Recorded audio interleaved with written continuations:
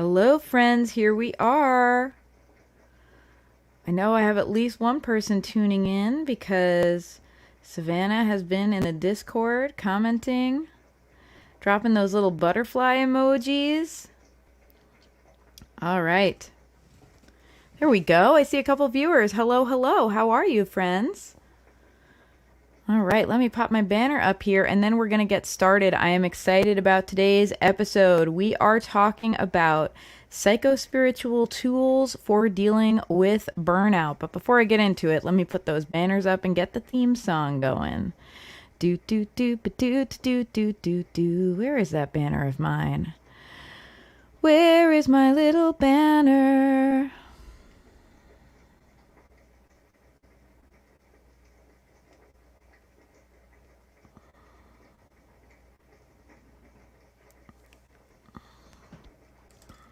SassafrasCast, episode 14. There we go. All right, if you're tuned in, say hello. Drop a comment in the comments. If you're watching on Patreon, hey Diggy Cat. Diggy Cat, I feel like there is no day that doesn't pass in which I am not live streaming to you. Oh, that reminds me. I'll share this with my music patrons too in case they may wish to enjoy it. Do. All right. Hey, everyone.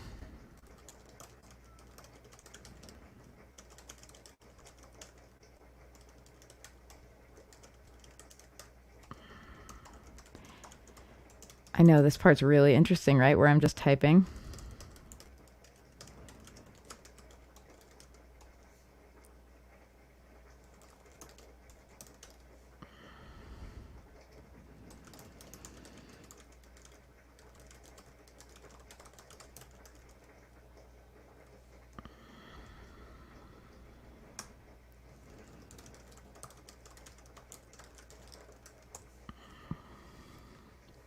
Okay.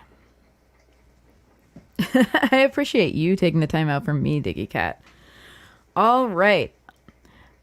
If you are watching on the Patreon, please click through, or on the Discord, please click through to YouTube. There should be a link, somewhere if you hover over the video. Often it's either in the middle or it's at the bottom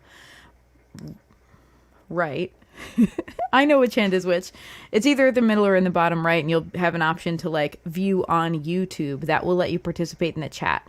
Because I would love to have you in the chat. I love getting to actually get your questions and comments and ideas into the episode as we do this live. Hey, Savannah. Hello, witches. All right.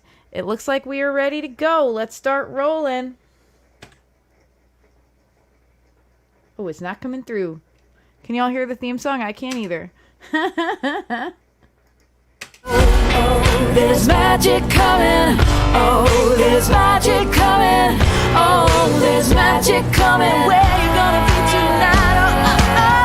Oh, there's magic coming. Oh, there's magic coming. There's magic coming. Get ready for the rest of your life.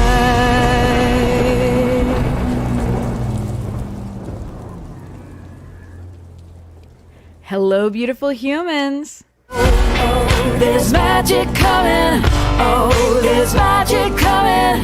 Oh, there's magic coming. Where you gonna be tonight? Oh, there's magic coming. Oh, there's magic coming. There's magic coming. I don't know if y'all can hear the song or if I'm just hearing it for myself.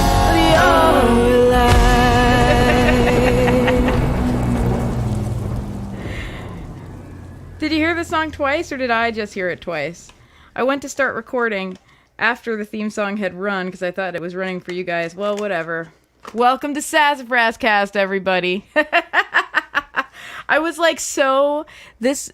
every single episode, I'm like, I gotta get the theme song to play and then just go right into the episode. That's how to be a professional, and every single time I do it just a little bit wrong in a new way.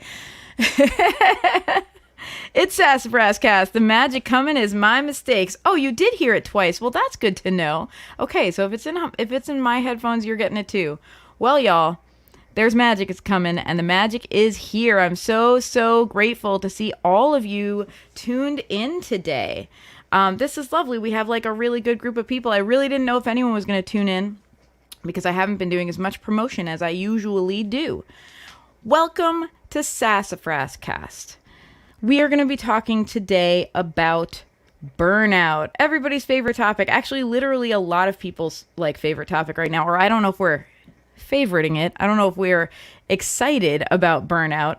But I will tell you that a lot of people I know are dealing with burnout right now, and that's stinky and no fun.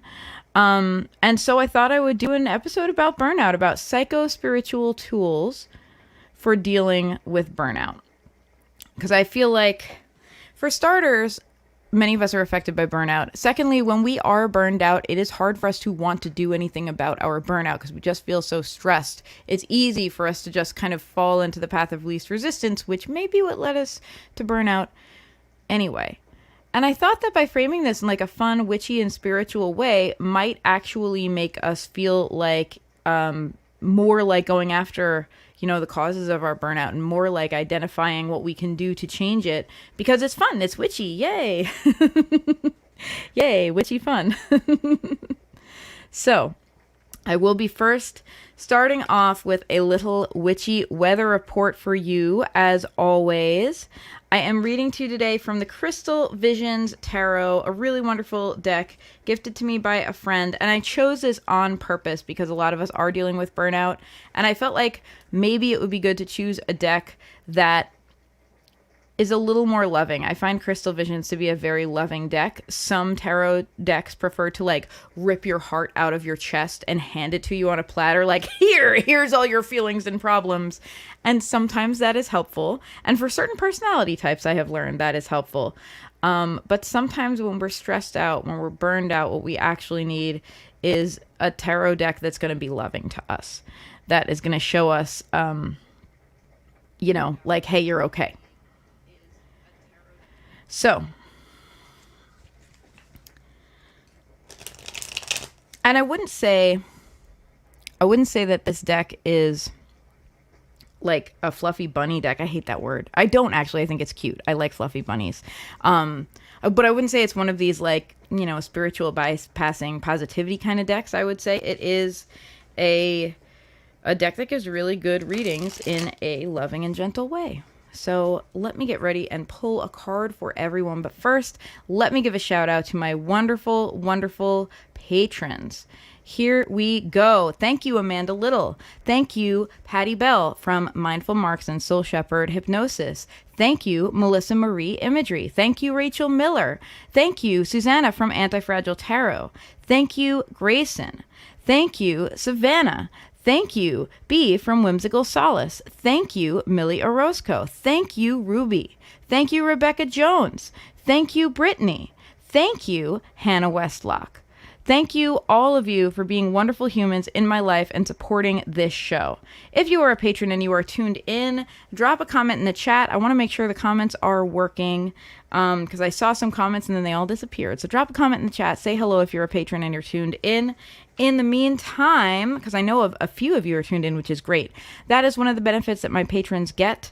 My patrons get to sit in with me on the recording of these episodes. So as I am recording the show, I am also doing it as a live stream on a private YouTube link. And this allows them to like ask questions and have comments in real time, often which end up in the show.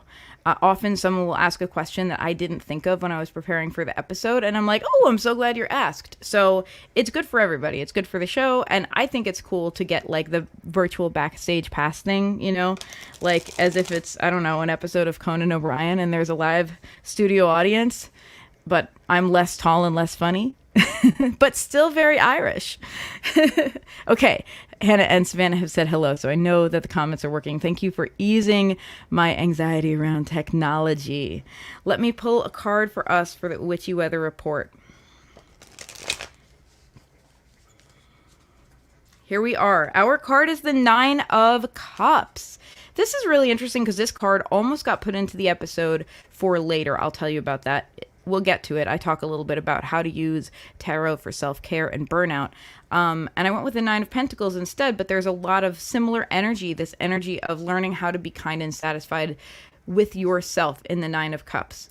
This is such a blessing of a tarot card. And I know that on the Rider-Waite deck, it can look a little smug and self-satisfied.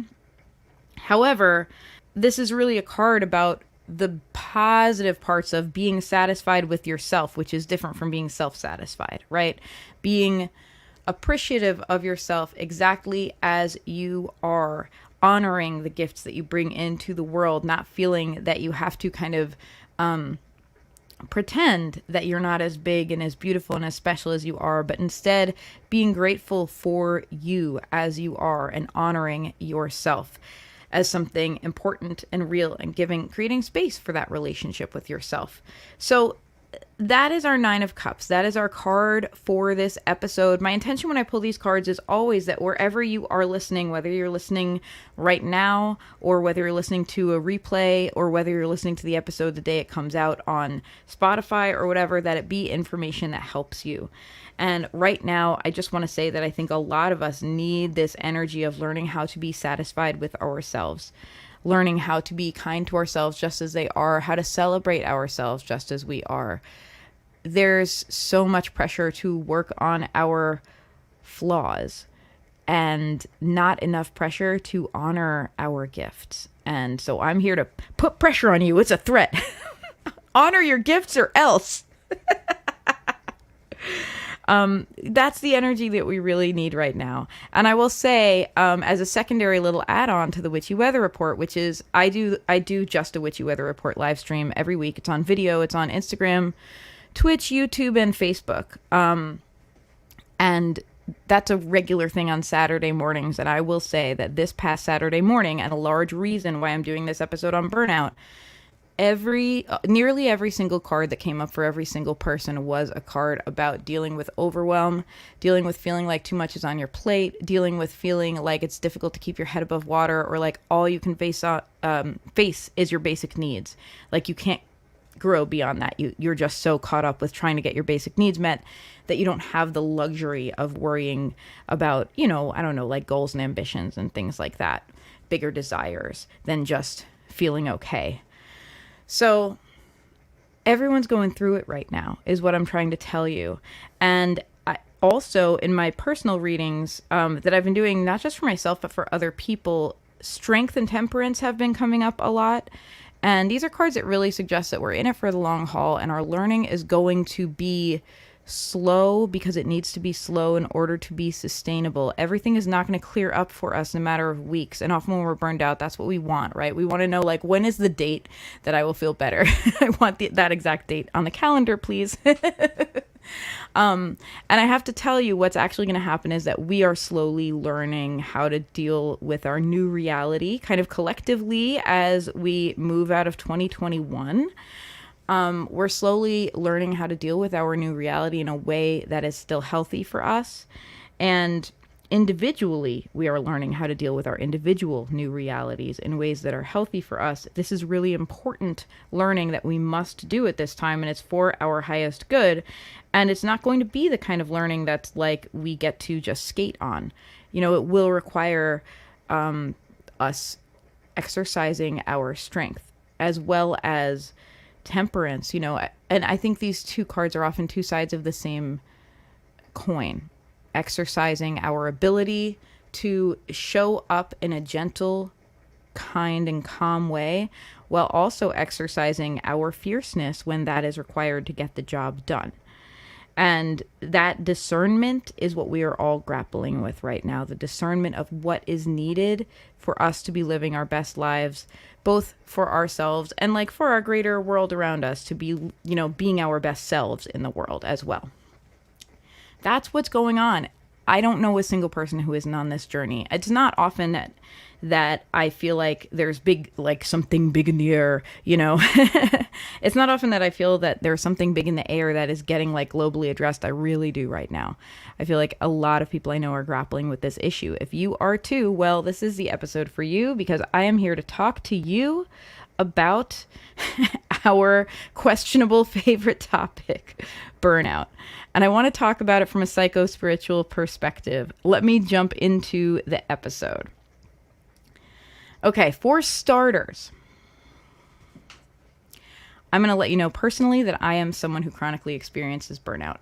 I am a full-time creative, and just being a full-time creative is something that takes a lot of work kind of to get to that point, because it's not an easy path that is handed to us by society, right? Like there's no like, oh, I'll go get the college degree in being a full-time creative person and making that work financially. There is no degree for that I know of yet. Although there are a lot of creative degrees, and they're great to pursue if you want to and have the means. But so it's a lifestyle that requires a lot of conscious thought around the basics. And so as a result, I do kind of land in burnout jail quite often, because the amount of sweat equity and also like kind of the emotional labor of breaking through like preconceived ideas about creativity and success, like it's real work. It's a big amount of work. And the truth is, it's only the last few years that I've even felt like I can address my own burnout. Like I can care about the fact that I'm burnt out. Like I have the bandwidth to think about that. I've done a lot of learning recently about how to take better care of myself. I have been unlearning a lot of workaholic habits and ideas that maybe served me in the past and maybe don't serve me anymore.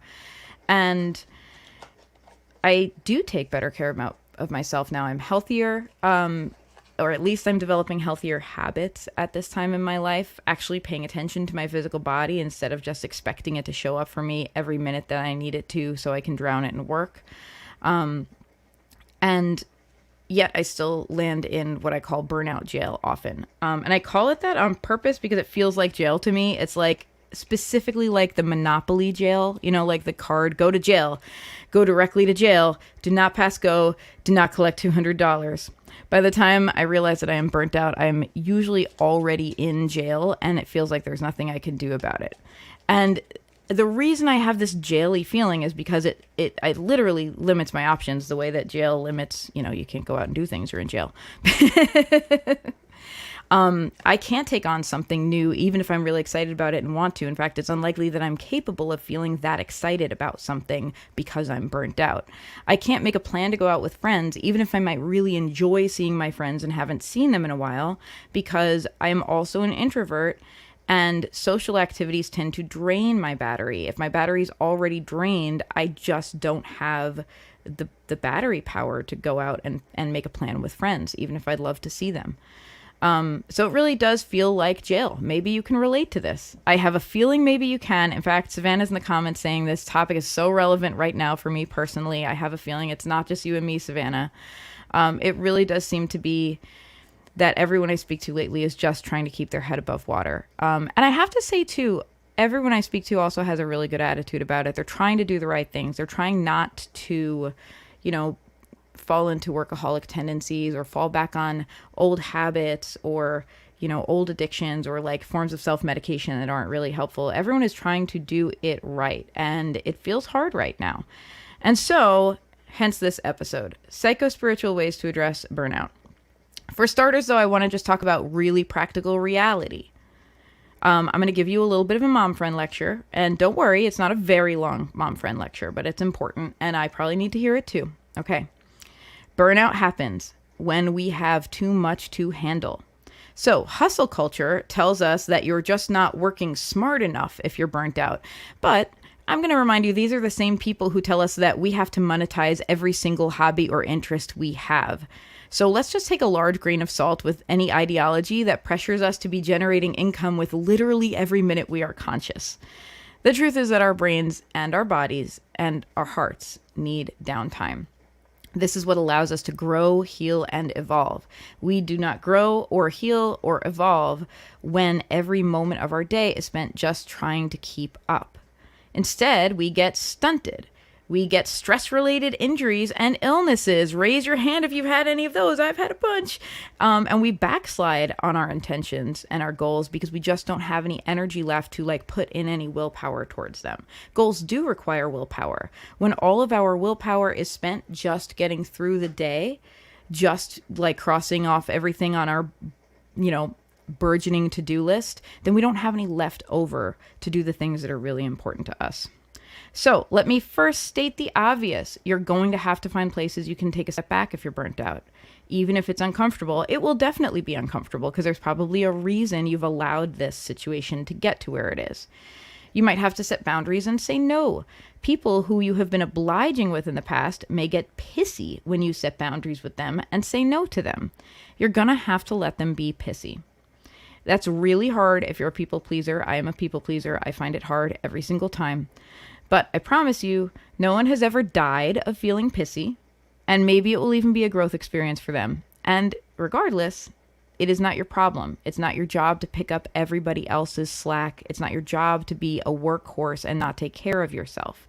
You're a human being, and you need to allow yourself to have limits just like everyone else. So the number one thing that has helped me in times of burnout has been meditation. That is also the number one thing we usually feel we do not have time for. And it's silly because we're talking like 10 minutes a day, right? There are people who have meditation practices where they meditate for several hours a day. And I honor the heck out of that. I think it's beautiful to dedicate that amount of time to your spirituality.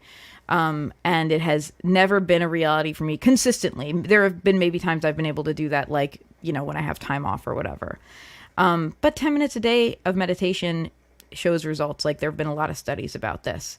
And I promise, if you're burnt out, you are already losing at least 10 minutes a day just by like being spaced out, like doing burnout things, executive dysfunction, walking into the next room and being like, I came in here for an important reason, and not knowing what it is and having to walk back to the room you were in before and then be like, yes, I needed to get that object in order to complete a task. Like you're losing time spacing out because you're overtaxing your brain if you're burnt out. You make mistakes because you've just got too much on your mind. So yeah, we're losing more than 10 minutes a day. 10 minutes spent on meditation is not the worst thing. And I strongly suspect that the real reason we say, I'm too busy to meditate, is one of two things. One, we know ourselves. We know our minds are actually too stressed out to focus on one thing for 10 minutes. And we don't want to fail at meditating, even though literally like you can't fail at meditating. The practice of meditating is just bringing your mind back to your breath. You can't fail at it. If you're trying, you're fine. If you just keep, gently redirecting yourself, you're doing meditation, you're doing it right. But we do feel we are failing if our minds are too busy. And it also doesn't feel that fun to try when our minds are busy. And the second thing is, along with burnout, we get this case of, I don't wanna.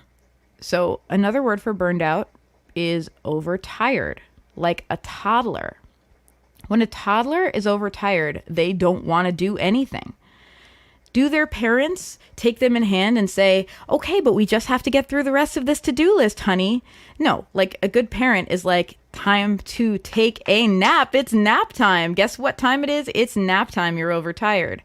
And parents also know that their toddlers don't want to take a nap when they're overtired because they're overtired and they're cranky. And you're like, don't you want to take a nap? And they're like, no, I don't wanna.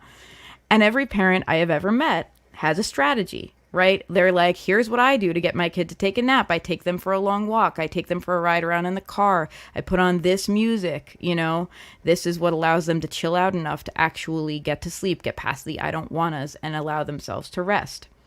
So I just want us to pause a minute and think about that. Do you have a good strategy for getting yourself chilled out when you are too stressed and cranky to relax? Because when we're 2 years old, this is literally a basic and daily part of essential care that we are given, right, when we're young. The need to chill out does not lessen as we get older. In fact, it becomes more and more essential because our lives become more complex and more demanding. So it is worth, if you can, taking some time to make a list of tactics that might help you get out of the I don't wannas and into a more relaxed state. Sometimes we need to just acknowledge I'm a toddler sometimes, and we need strategies. When we're not toddlers, we identify the strategies that will help us deal with our toddler selves, because we're not going to identify those strategies when we're overtired and cranky. So if we identify some strategies of how to chill ourselves out and relax, will that result in us meditating? Maybe, maybe not, right? Maybe it will result in us actually taking a nap or perhaps even just falling asleep. And that's probably a big win. Once we get out of stress brain, our body tends to actually know what we need, but we need to be able to quiet our minds enough to listen to it.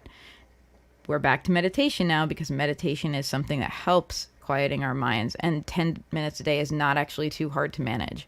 So a couple of things to make this accessible. One, attach it to something else you do already, not something that's hard for you to do, but something you already do without thinking about it. So it's part of a habit.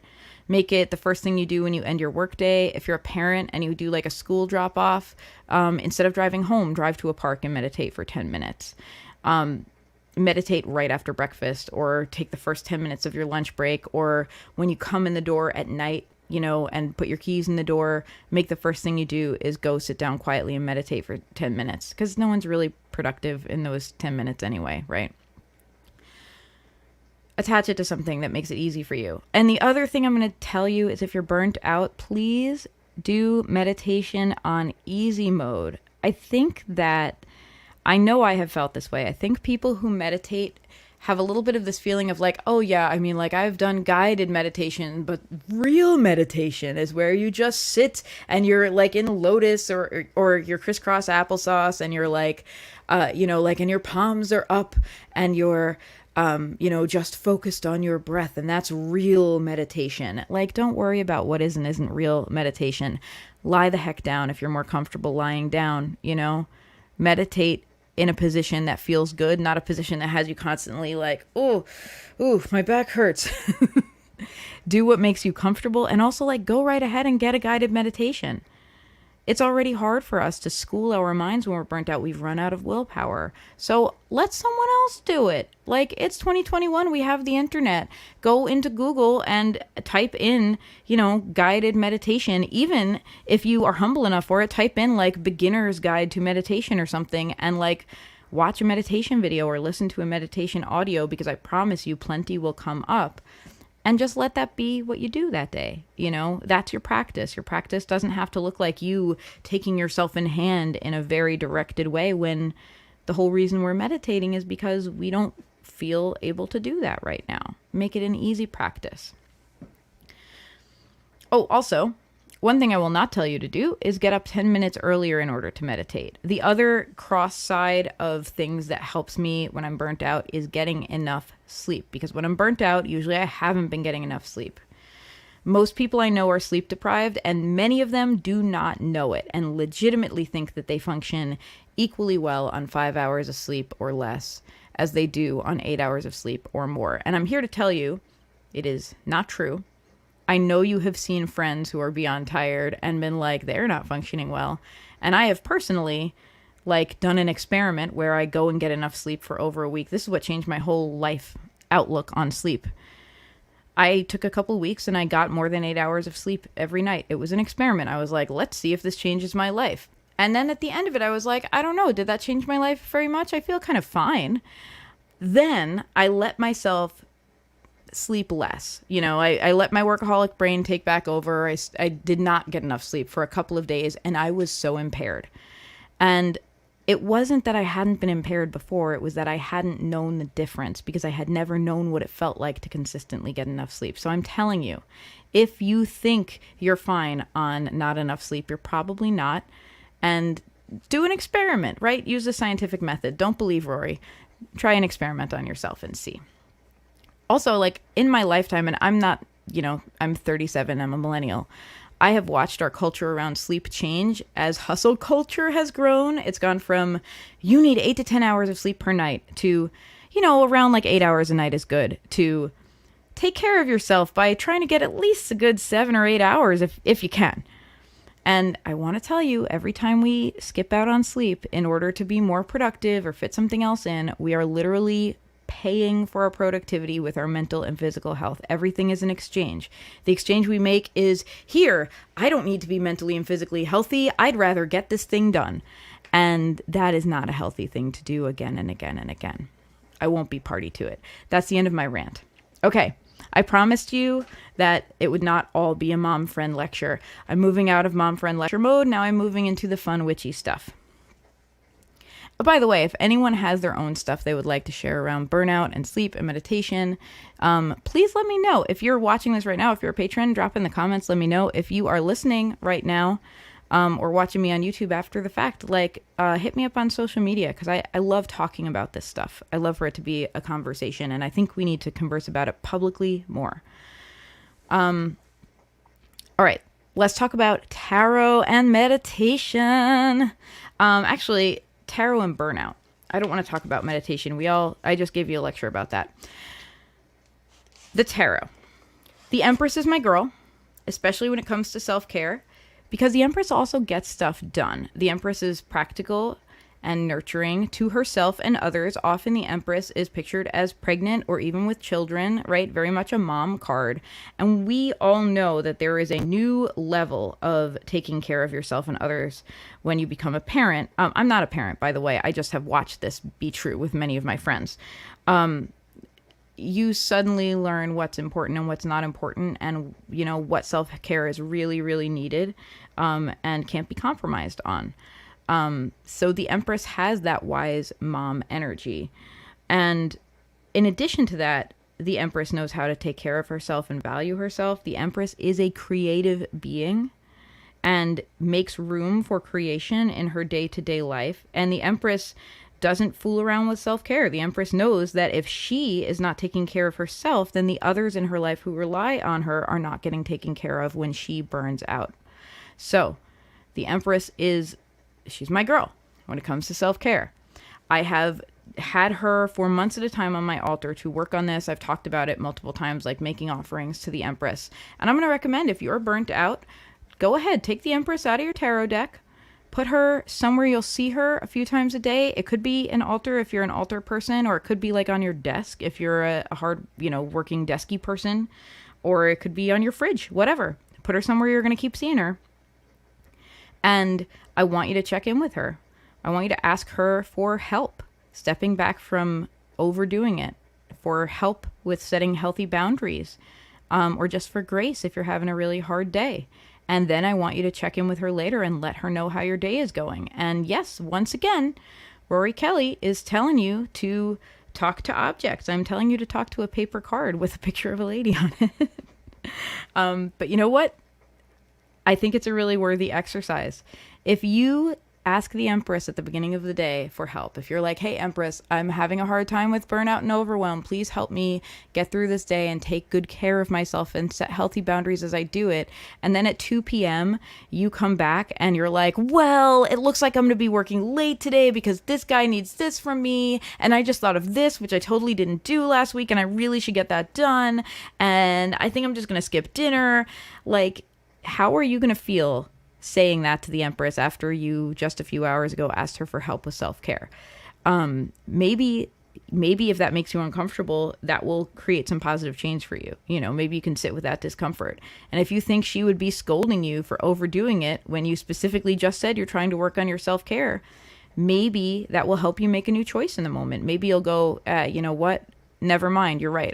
I don't have to get this done today. I have to get it done sometime, and it doesn't have to be today, or whatever. Or maybe I'll just give it back to John, who asked me to do it, because it's not my problem. It's his, like maybe you'll actually have the presence of mind with that kind of external accountability to be like, all right, yeah, maybe I'll keep real with my commitment. And if so, thank the Empress for her help. Let her help you. Another card I really love is the Nine of Pentacles. We talked at the beginning of this show about the Nine of Cups, which is about, being comfortable with ourselves as we are. Not just comfortable, loving ourselves as we are. And people talk about self-love, and it's like, feels tricky. Because it feels tricky to really say, like, do I love myself? Like, what does that mean? First of all, our Western society is uncomfortable with love between people other than romantic lovers. We don't know how to really deal with it. And it's like, I don't know, do I love myself? And I'm going to say what matters more is like being a friend to yourself and acting as you would towards a friend. And that's enough, rather than going through some existential crisis of your true feelings. And the Nine of Pentacles takes it a step further towards the practical, which is really about just giving yourself practical care and rewards around a job well done. The 10 of Pentacles is really about familial wealth and collective legacy. The Nine of Pentacles is about you showing up for yourself thanking yourself after you have put in hard work. And I really hope this is something that you will do without needing to grade yourself first, right? Not like, oh, when I've earned it. But I hope that you will celebrate yourself just for putting in the work that you have put in, you know, just for showing up today the way you have shown up, regardless of results, because what matters is that you showed up, you know. And certainly if it were a good friend, you would feel that way, right? You wouldn't be like, oh, well, you only ever deserve praise and love if you accomplish X, Y, and Z. You would give your friend praise and love because they're your friend and you care about them. So let's try to treat ourselves the same way. That's what the Nine of Pentacles is really about. And I really recommend using the Nine of Pentacles in the same way I talked about using the Empress on a day off. Put it up where you can see it. Put it up where you're going to see it a lot. Check in with it. Ask it at the beginning of the day. Most Nine of Pentacles do have like a figure on them. Often it's a female figure. Ask her at the beginning of the day, like, help me remember to rest and take care of myself and luxuriate in the life I've created for myself today. And check in with her and let her know how the day is going.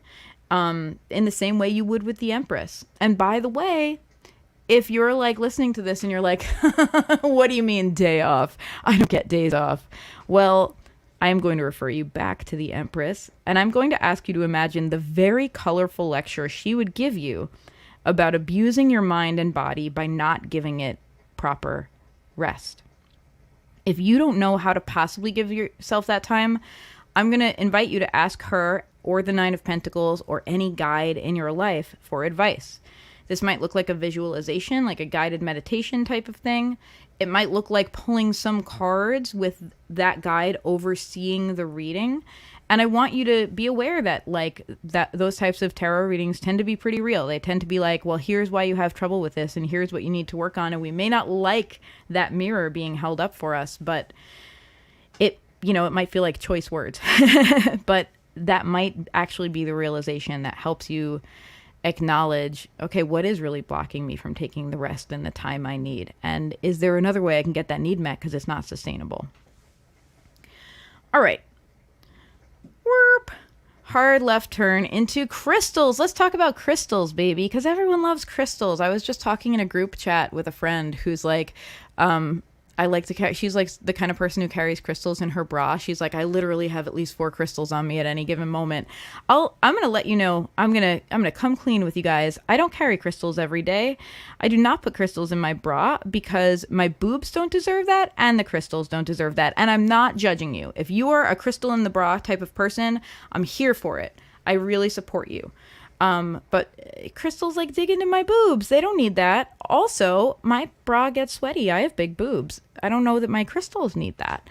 So that's me personally. I will, however, rock a crystal. Right now I got some amethyst around my neck, or like carry it around in my pocket, but not every day. However, when I am in need of soothing myself from burnout, Labradorite is my friend.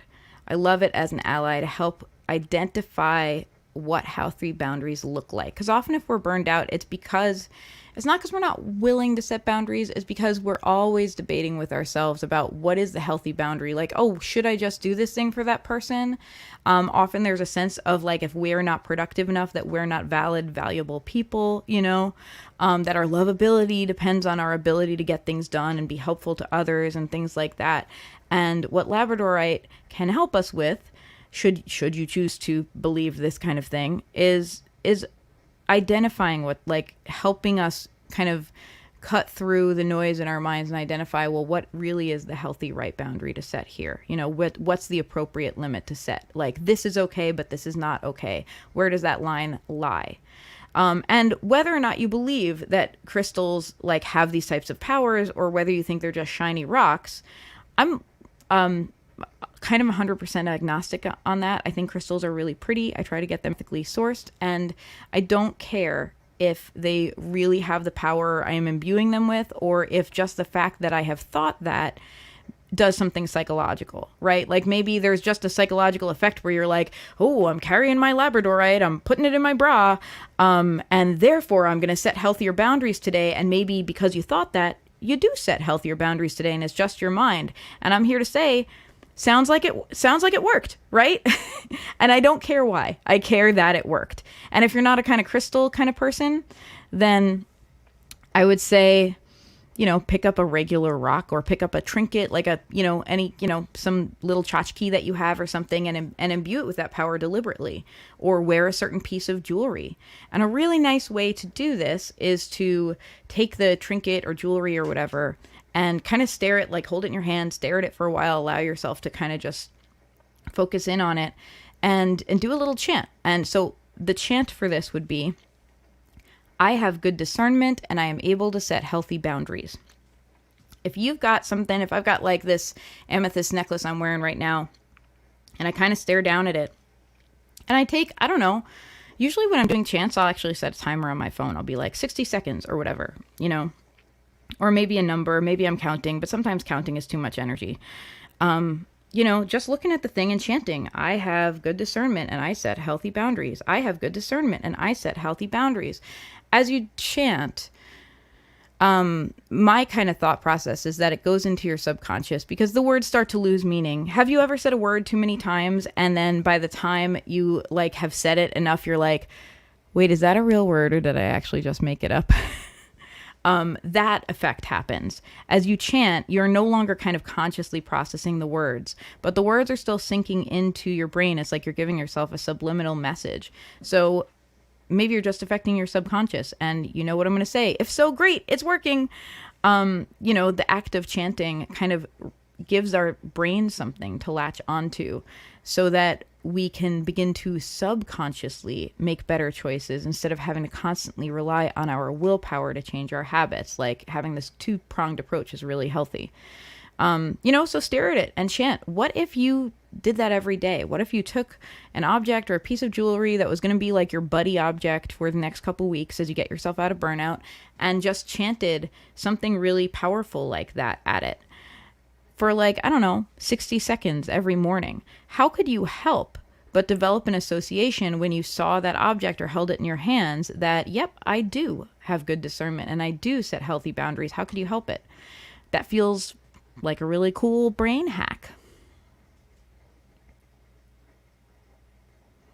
I'm looking at some comments, by the way, in the chat. Savannah is saying, I have not ever put crystals in my bra. It seems uncomfortable, but I do love to hold them in my hands. Just sit them in my palm while I sit still quietly. I really like that too. I like to just have a crystal in my hand. It kind of feels like having a cat on my lap. I'm just like, yeah, just sit there, buddy. That's nice.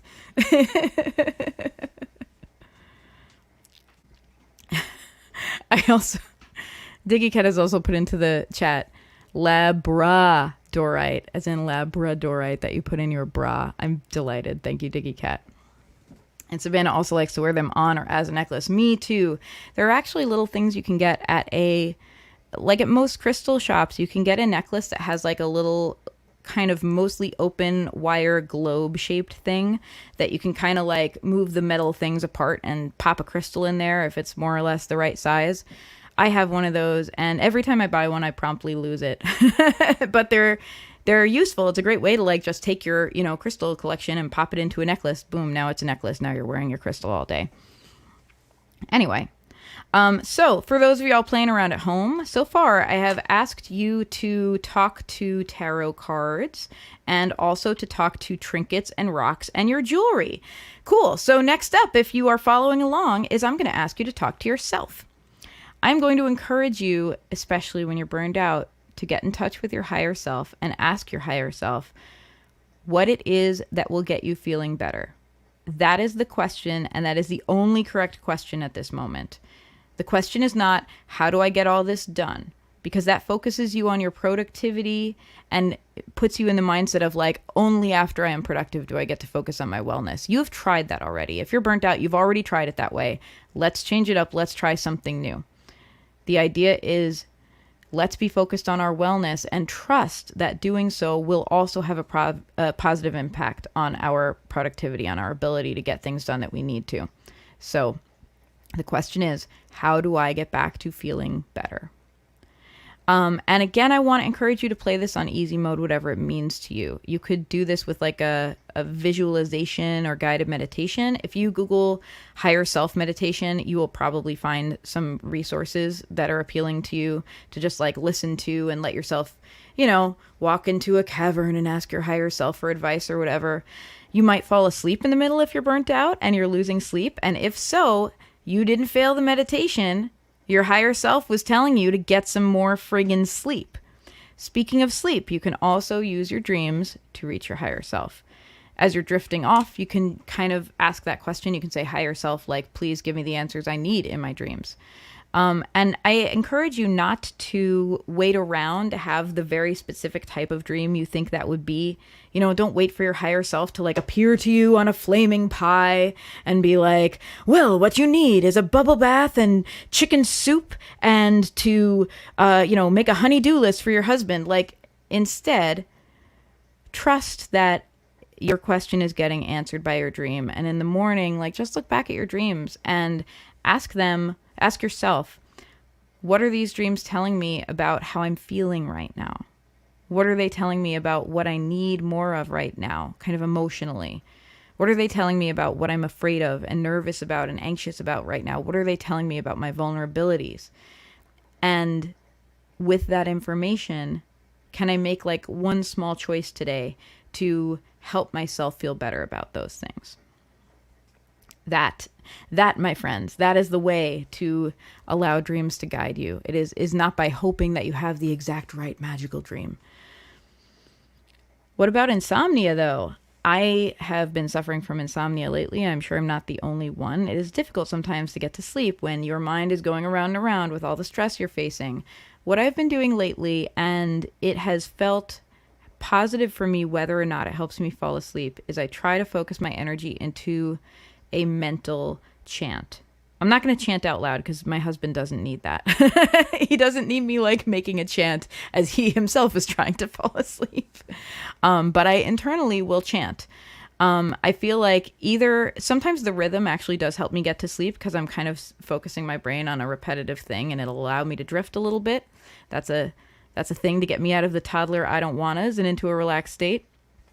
But even if it doesn't, and sometimes it doesn't, I feel like at the very least, it's not a bad opportunity to kind of program my brain through chanting, like with something affirmative. One chant that I like to use a lot when I'm burnt out is, this will give me the replenishment I need, or I will wake up replenished. I really like the word replenish. Rest is subjective. What feels restful to you? Are we resting if we're lying awake in insomnia? Are we resting only if we're really sleeping? I like the idea that we are telling our body, please go ahead and do what you need to do to make me feel replenished. I like allowing it to be a little open-ended like that. What do you like to do to take care of yourself when you are burnt out? Do you have any like spiritual thingies that you turn to when you're burnt out, or non-spiritual thingies that you turn to that help you?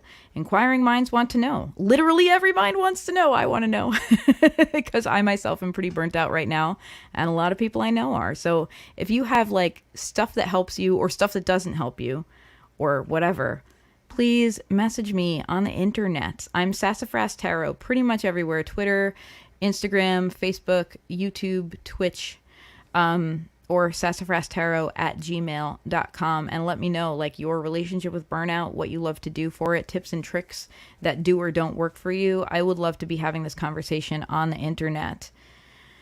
Oh, I like some of the comments coming in. Savannah says, I like to go for a walk outdoors. It seems boring and simple, but it works for me. Yes, me too.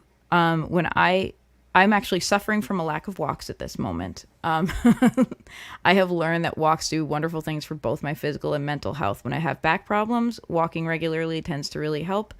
And when I'm stressed out, walking regularly tends to be the thing that allows my mind to arrive at a sense of, here's how I move forward, instead of just staying in rumination.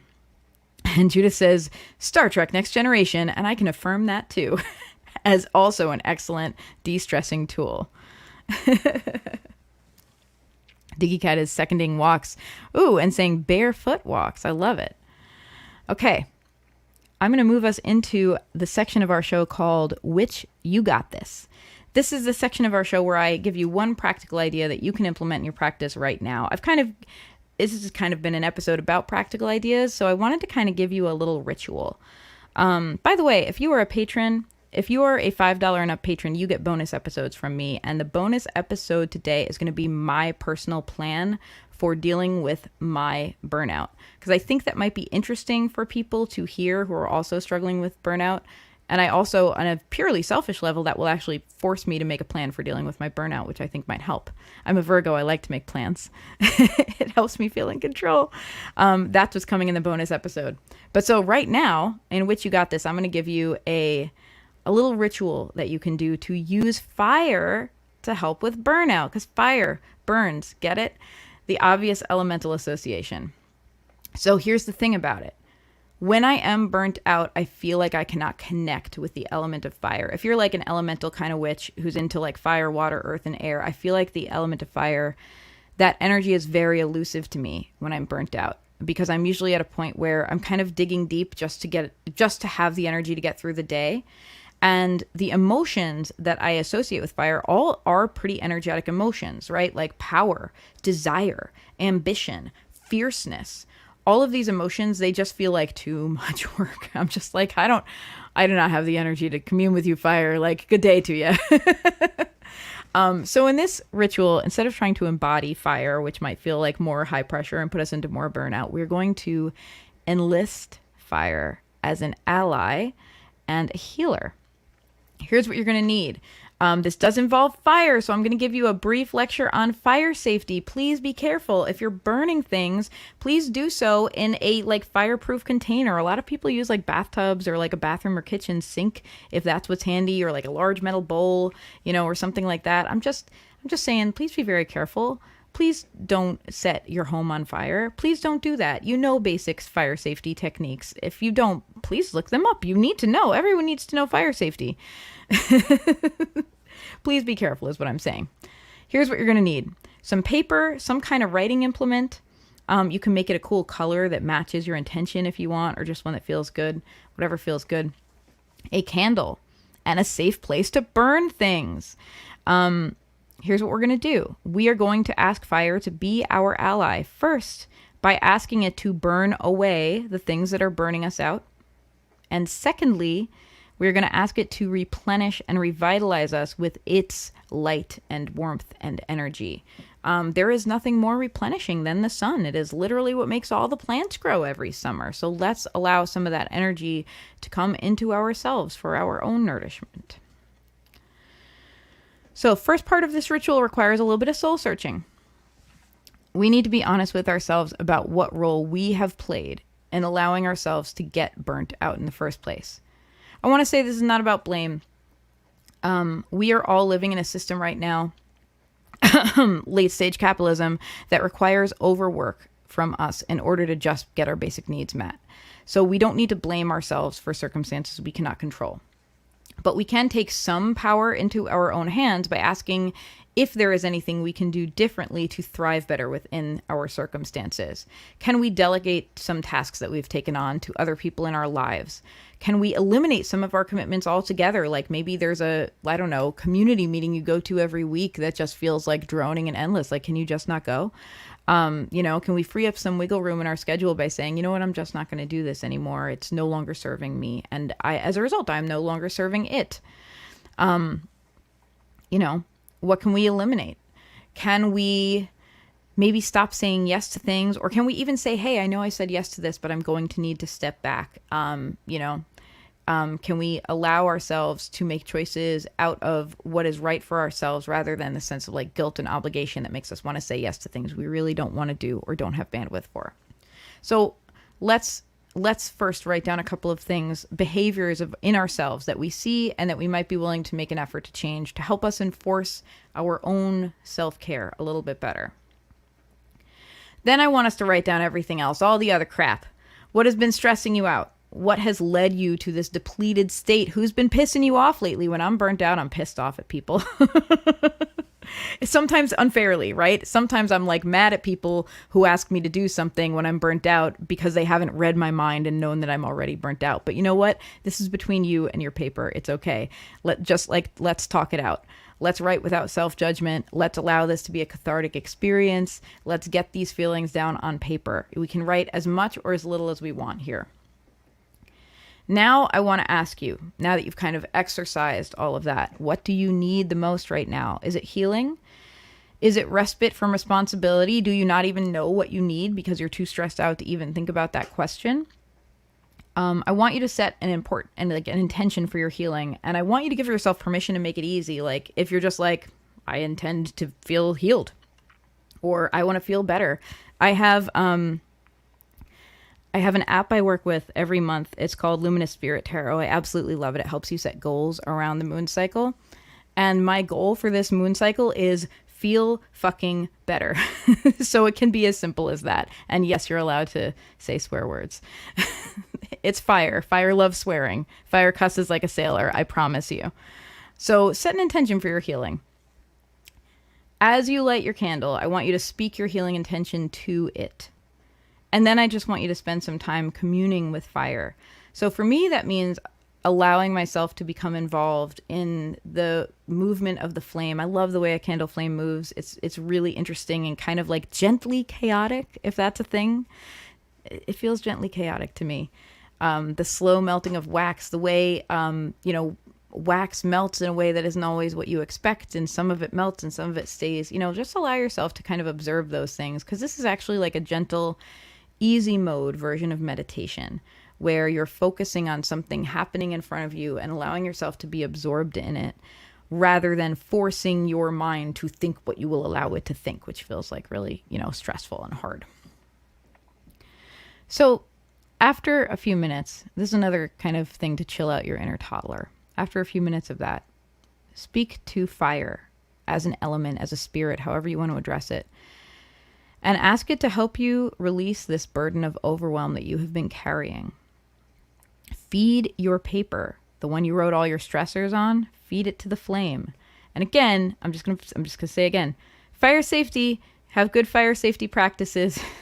Diggy Cat actually just commented in the chat and said, "Be smart, folks. Don't work with fire at your place. Go to your enemy's front yard." I do not endorse that comment, but I think it's funny. I endorse it as hilarious.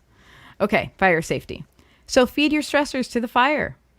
Ask for fire to use its powers of transformation to take the energy of this overwhelm that you are feeling and replace it with healing and replenishment.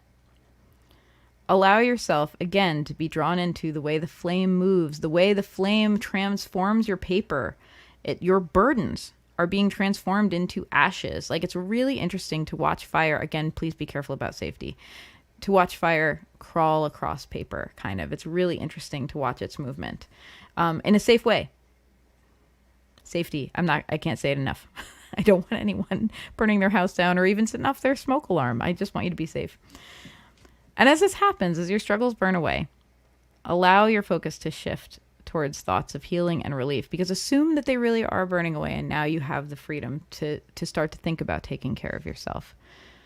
I don't want you to stress a lot about how it's going to happen. I just want you to trust that by showing up, you are doing what you need to do to move your healing forward. Trust that by surrendering, by saying, "Fire, please help me with this. I need help." Which is a very powerful phrase to say when we are burnt out. I need help. Please help me. Trust that that's enough to get what you need. And that has been our show. If you've enjoyed this, let me know. If you haven't enjoyed this, I guess you could also let me know. I don't know if either of us needs that stressful conversation. But if you've enjoyed this, or if you have other thoughts that you want to share about this topic, like I said, please message me on social media. Please email me. I'm everywhere, and I love to talk about this stuff. Where can you find me? Well, if you like this podcast, for starters, wherever you listen to podcasts, I'm going to make a humble request that you rate this podcast and review it. Anywhere you listen to podcasts, if you can literally write out a review in iTunes, I don't know, maybe just write a one-liner about the favorite thing you heard in the podcast or something, because it helps. The written reviews help, and that's a really generous and kind thing you can do if you love the podcast. anywhere you listen to it, because you can hear this podcast in all the places. You can also watch it in video version on YouTube. If you would like to support this podcast financially and unlock exclusive benefits, some of those are getting the front row seat to the live recording of the podcast on a private YouTube link, bonus episodes, individualized card pulls. For those of y'all who are $10 and up patrons, I will be doing your individualized card pulls after I record this. Various things, discounts, I think, on tarot readings at certain levels, and also access to a really, really great community on Discord where we all we share goofy memes, we talk tarot. We have a really great tarot bot that one of our patrons, Grayson, was generous enough to let us use on the server. It's really a nice spot. All this and more can be yours at patreon.com/Sassafras Tarot. For $1 a month or more. You can sign up kind of at whatever level you're comfortable at. If you have a question, idea, or suggestion, you can email me, sassafrastarot@gmail.com, or you can reach out to me on social media at Sassafras Tarot is always my username. And I'm going to spell that for you now because I chose the two most commonly misspelled words I could think of because I'm great at branding. Sassafras Tarot. That is how to spell my handle pretty much everywhere. Facebook, Instagram, Twitch, YouTube, and Twitter. Also Etsy. If you would like to order a reading, you can do so at etsy.com/shop/Sassafras Tarot. As always, I'm going to take you out with a song. And if you like it, you can search for me wherever you listen to music. My name is Rorie Kelly. RorieKelly. You can visit my website, roriekelly.com, or just search for me on your favorite, music or social media site. I'm on there. I try to be ubiquitous. This song is not on an album. It is called New Moon in Cancer. And I wrote this song during quarantine when I was struggling with the idea of what a new normal could look like. Because I had during quarantine, during the pandemic, I had a big realization of what was not working for me about old normal. And I have to tell you, burnout was a huge part of that. I just was on a hamster wheel of kind of overdoing it every day consistently and always feeling like I wasn't getting my basic needs met, which I'll tell you, when you're on that kind of hamster wheel, you don't make great decisions. And when I, kind of was forced to take a break by the pandemic, it made me do a lot of thinking. And I was starting to formulate ideas of what do I want my new normal to feel like. And that is what this song is about. It's called New Moon in Cancer. I'm really feeling this new moon in Cancer, 'cause I know that the water has the answer to all of my burnt out pieces. And every part of me says I'm too tired to go on trying. The best parts of me are on fire, and I know I'm in there somewhere.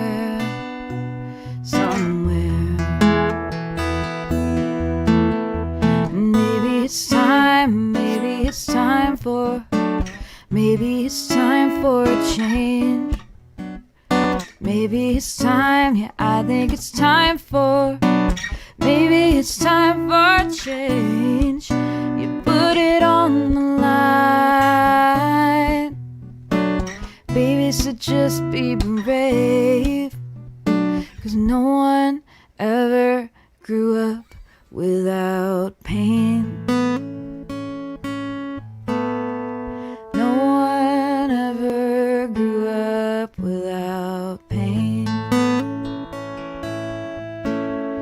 I know that this life is a gamble. I'm gonna blow my dice 'cause I wanna take a ramble. Gonna use this time as a gift. No, I don't wanna be rude and wasted. And I build my faith out of stubbornness, 'cause I don't wanna trade my happiness for dollars that'll never buy it back. No, I can't buy that as a wise life path. And maybe it's time for, maybe it's time for a change. Maybe it's time, yeah, I think it's time for, maybe it's time for a change. You put it on the line. Yeah, baby, baby, so just be brave. 'Cause no one ever grew up without pain. No one ever grew up without soothsayer, path maker. Everyone turns to you. Are you gonna carry that weight another year? Truth seeker, path taker, tired secret keeper. Are you gonna put it all down and go clear? When you gonna put it all down and go clear? When you gonna put it all down and go clear, my dear? When everyone turns to you, there's only one thing to do. Join the crowd for once and turn to you, you, you, you, you. And maybe it's time for, maybe it's time for a change. Maybe it's time, yeah, I think it's time for a change. You put it on the line, oh baby, so just be brave. 'Cause no one ever grew up without pain. No one ever grew up without.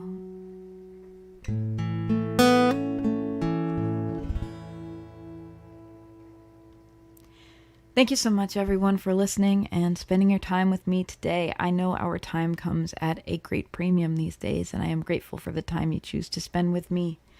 We will talk again soon. Farewell, farewell.